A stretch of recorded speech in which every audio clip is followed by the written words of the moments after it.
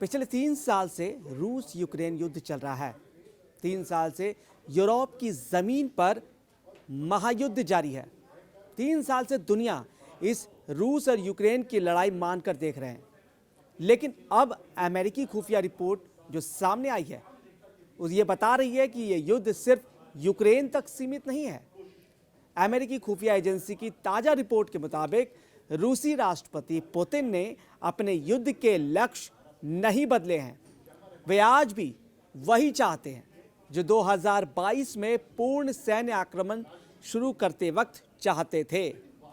पूरा यूक्रेन, और सिर्फ यूक्रेन ही नहीं, अमेरिकी खुफिया सूत्रों के अनुसार पुतिन का लक्ष्य पूर्व सोवियत साम्राज्य के उन हिस्सों को फिर से हासिल करने का है जो आज रूस के नियंत्रण से बाहर है। मतलब यूरोप के बहुत बड़ा भूभाग जो है वो चाहते हैं कि वापस रूस में मिला ले जाए। अमूमन पूरा यूरोप, मतलब सिर्फ यूक्रेन ही नहीं, यूरोप पर भी पैनी नजर है पुतिन की। इसी मुद्दे पर आज वर्ल्ड वॉरियर में बात करने जा रहे हमारे सहयोगी अंकित हैं। अंकित, बताइए कि अब तक तो शांति समझौते पर हम लोग बातचीत कर रहे थे, यूक्रेन से शांति समझौता, लेकिन जो रिपोर्ट आई है अमेरिका की वो ये बताती है कि पूरा यूक्रेन ही नहीं चाहते, यूरोप के बहुत बड़े हिस्से पर वापस कब्जा चाहते हैं, जो कि सोवियत संघ से जो टूटा था वो वापस ग्रेटर रूस बनाने के फिराक में है पुतिन। देखिए, कल भी मेरी जब बात हो रही थी तो कल भी हमारा यही विषय था कि पुतिन का उद्देश्य क्या है। और मैंने जब भी आपसे बात करी है मैंने आपसे यही कहा है कि हर चीज का एक उद्देश्य होता है और पुतिन का क्या उद्देश्य है। और मैंने आपको तब भी बताया था कि पुतिन अपना उद्देश्य कभी नहीं भूलते। और मैं बार बार कह चुका हूं कि उन्होंने ना वो सोवियत संघ का विखंडन उन्होंने अपनी आंखों के सामने देखा है। और जब बर्लिन की दीवार 1989 में गिरी तो उनके सामने गिरी, तब वो वहीं मौजूद थे, बर्लिन में ही मौजूद थे। और वो आप सब जानते हैं कि वो केजीबी के एजेंट थे राष्ट्रपति और राजनीति में आने से पहले। तो जब जिस व्यक्ति ने इस चीज को अपनी आंखों से देखा हो और जब वो सत्ता के शीर्ष पे पहुंचता है और अगर उसके पास ये मौका है कि वो जिस चीज को उसने अपने आंखों के सामने टूटते हुए देखा, जब आपका घर आपके आंखों के सामने टूटा हो तो आपके अंदर ये अभिलाषा आती है कि जब मैं इस काबिल बनूंगा तो मैं अपने घर को फिर से उतना ही खुशनुमा, उतना ही बहारनुमा बनाऊंगा। तो आज वही चीज है। तो पुतिन का वो जो सपना था उस सपने को साकार करने की तरफ आज काम कर रहे हैं। वो जो पूर्वी यूरोप उनके हाथों से चला गया था 1989 में बर्लिन की दीवार के गिरने के बाद, जो चीज टूट चुका है। भारत के भी बहुत विखंडन हुए हैं, पुतिन के भी देश के विखंडन बहुत हुआ है, लेकिन ये खतरनाक नहीं है। अगर आप उस खतरनाक राह पे बढ़ रहे हो तो आप, हो सकता है कि ये तीसरा विश्व युद्ध हो जाए, हो सकता है देश, पूरी दुनिया परमाणु के ढेर पे खड़ी हो जाए।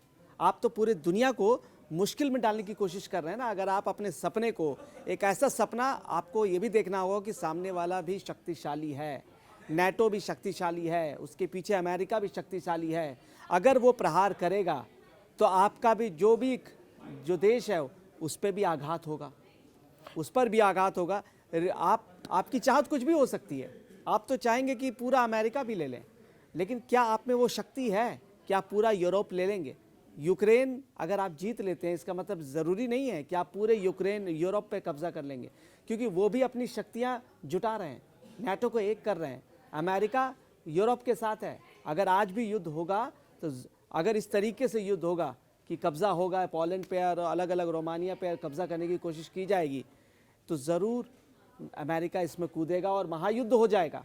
देखिए, आपने जो वो बात कही कि सपना तो हमारा भी है अखंड भारत बनाने का।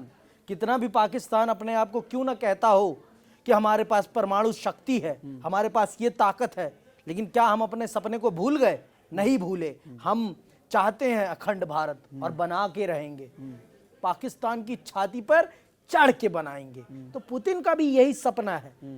मैंने जब आपसे कहा कि पुतिन का सपना, इंसान टूटता कब है? जब उसके सामने उसकी चीजें छीन ली जाती, उसका देश तोड़ा गया है, एक समय पर सोवियत संघ अपने आप में महाशक्ति था, टूटा। किसके कारण टूटा? अमेरिका के कारण टूटा।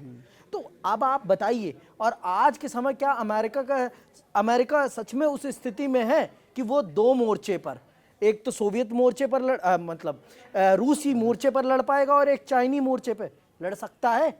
ये भी सबसे बड़ी दिक्कत है। आप ये समझिए कि आज वो समय 1991 वाली दुनिया नहीं है। आज दुनिया बहुत बदल चुकी है और दुनिया में टेक्नोलॉजी जिस पैमाने पर बढ़ रही है, जिस पैमाने पर दुनिया आगे बढ़ रही है टेक्नोलॉजी के मामले में, और हम जानते हैं कि आज के टाइम पर टेक्निकल वॉर है। क्या ड्रोन उड़ रहे हैं, जा रहे हैं, और जहां पर जो टारगेट है उसे हिट करके चले आ रहे हैं। तो जरूरी नहीं है। टेक्नोलॉजी में यूरोप भी बहुत आगे है जी, मैं मान रहा हूं, अमेरिका भी बहुत आगे है, उनके पास भी शक्ति संपन्न हथियारों की बड़ी बड़ी खेप है। और ये जानकारी अमेरिकी खुफिया से जुड़े एक जो वरिष्ठ सूत्र बताते हैं कि इन रिपोर्ट्स में चेतावनी दी गई है कि रूस का ये युद्ध सीमित नहीं है बल्कि दीर्घकालिक मतलब लॉन्ग टर्म विस्तारवादी रणनीति का हिस्सा है। ये विस्तारवादी जो रणनीति है, ये युद्ध उसका हिस्सा है। मतलब भविष्य में हो सकता है ये 5 साल 10 साल इसको खींचा जाएगा, वही मैं कह रहा हूं जाएगा, वही मैं तब जा करके कुछ मतलब हमले किया जाएगा। लेकिन ये मतलब दीर्घकालिक है। ये मतलब ये नहीं कि आप कल ही हमला होगा, ऐसा है नहीं। जैसा कि चाइनीज़ जो है वो आपके अरुणाचल प्रदेश में कर रहे हैं, उनका भी 2030 के बाद हमला करने का तैयारी है। ये भी एक अमेरिका की ही रिपोर्ट है कि वो अरुणाचल को अपना हिस्सा मानते हैं। तो हिस्सा मानना और हमला करके उसको ले लेना दो अलग बातें हैं। कि हिंदुस्तान भी वो 90s का नहीं है, 2025 का है। हम भी अपनी टेक्नोलॉजी इंफ्रास्ट्रक्चर पर हम लोग भी काम कर रहे हैं। जैसे पुतिन कर रहे हैं वैसे इंडिया भी कर रहा है, वैसे अमेरिका भी कर रहा है, वैसे यूरोप भी कर रहा है। सब अपनी शक्ति बढ़ा रहा है, सब अपनी हथियारों की शक्ति बढ़ा रहा है, सब अपनी टेक्नोलॉजी की शक्ति बढ़ा रहा है। और यहाँ से नहीं, स्पेस वॉर भी करेगा। उनके ताइवान पर कब्जा करने के लिए चीन का जो रिपोर्ट आया है, जो अमेरिकी रिपोर्ट आया है, उसमें चीन का क्लियर कट है कि 2027 में हम कैसे कैसे हमला करेंगे, उसकी पूरी खाका दिया गया है कि ताइवान पर वो कैसे हमला करेगा। लेकिन क्या वो जो सोच रहा है दूसरा वाला भी उसी हिसाब से सोच रहा है कि कैसे बचाना है उसको, अमेरिका को कैसे बचाना है, वो भी ऐसे सोच रहा है। उनकी साजिश है कि पूरे ताइवान को अंधेरे में डुबो देंगे, उनको साइबर अटैक कर देंगे, उसको अलग थलग कर देंगे, उसके बाद चाइनीज़ फोर्स घुसेगी, हमला करेंगे। तो ऐसा ताइवान और अमेरिका भी सोच रहे हैं कि चाइना के अंदर भी हम ऐसा ही करेंगे और हम वहाँ भी कब्जा कर लेंगे जाके। तो ये चीन ये भी ना सोचे या पुतिन ये भी ना सोचे कि सामने वाले को कमज़ोर दुश्मन ना समझे कि सामने वाला बहुत कमज़ोर है, हम करेंगे तो ऐसा हो जाएगा। अगर इतना ही मजबूत होते तो अब तक 3 साल बहुत होते हैं पूरे यूक्रेन पर कब्जा करने के लिए, नहीं कर पाए ना अभी तक कब्जा। कब्जे की बात नहीं है सिर्फ यहाँ पर, सबसे बड़ी बात है, सबसे बड़ी चीज है नाटो को परास्त करना। और जो जेलेस्की की डिमांड थी, क्या जेलेस्की अपनी डिमांड से नहीं पीछे हटे हैं? हटे। क्या अब वो नाटो में जाने के लिए तैयार हो रहे हैं? नहीं, कह रहे हैं अब मुझे नाटो नहीं चाहिए। पर उनकी उन्होंने जो वो शर्त रख रखी है कि मुझे नाटो तो नहीं, लेकिन नाटो जैसी यूरोपीय देशों से और खास करके अमेरिका से सुरक्षा, ये वाली जिद। और मैं आपको बता देता हूं, बेलारूस में रशिया ने अपनी वो मिसाइलें तैनात की हैं जो नाटो में जाएंगी, नाटो देशों पे जाएगी और तबाह कर देंगी नाटो को। और आपको मैं ये भी बता देता हूँ, पुतिन ये दावा करते हैं कि उनकी इन मिसाइलों को ना कोई एयर डिफेंस सिस्टम टैकल कर सकता है और ना ही कोई और टेक्नोलॉजी उसे पकड़ सकती है, कोई भी रडार उसे नहीं पकड़ सकता। तो अब ये आप भी जानते हैं कि दुनिया में अगर सबसे ज़्यादा परमाणु शक्ति संपन्न कोई राष्ट्र है तो वो कौन है? वो रूस है। और सबसे बड़ी बात तो ये है कि आप भी इस बात को मानेंगे और पूरी दुनिया, हमारे दर्शक भी इस बात को मानेंगे कि रूसी सेना अमरीकी सेना को पूरी तरीके से चुनौती देने के केपेबल है। लेकिन परमाणु युद्ध किसी भी देश के लिए ये मतलब किसी भी देश के लिए सही नहीं है ना परमाणु युद्ध। अगर अमेरिका ने रूस पे किया हमला तो रूस के भी काफ़ी शहर तबाह हो जाएंगे। रूस ने अगर हमला किया यूरोप पे तो यूरोप भी शांत नहीं बैठेगा। फ्रांस के पास भी है परमाणु बम। इसलिए परमाणु युद्ध और दूसरे देश पर कब्जा करना किसी भी देश के लिए सही नहीं है। शांति समझौता होना ही चाहिए। और ये जो सोच है कि हम जाएंगे पूरे यूरोप पर कब्जा कर लेंगे, ये वाली जो नीति है इसको पुतिन को समझना चाहिए और इसको ख़त्म करना चाहिए। अब जो जहाँ है वहाँ पे शांति आनी, स्थापित होना, विकास होना, इससे क्या होगा? हमला करने से सिर्फ यही होगा कि उस देश पर आप कब्ज़ा करेंगे, वहाँ के लोगों को मारेंगे, खून बहेगा और कुछ नहीं होगा।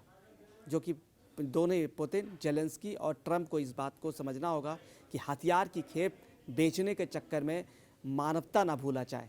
मानवता को बचाना ही सबसे बड़ी जीत है, क्योंकि मानवता होगी तो दुनिया होगी, दुनिया होगा तो हम बातचीत भी कर सकेंगे।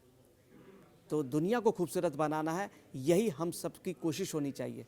और ये जो भी राष्ट्राध्यक्ष हैं उनकी भी यही कोशिश होनी चाहिए कि पूरी दुनिया को खूबसूरत बनाया जाए, युद्ध का मोर्चा ना बने पूरा दुनिया। तो किसी और मुद्दे पर कल बातचीत होगी। वर्ल्ड वॉरियर देखते रहिए और हमारे कड़क के जितने भी वीडियोज़ हैं उनको शेयर करें, लाइक करें और ज़्यादा से ज़्यादा सब्सक्राइब करें।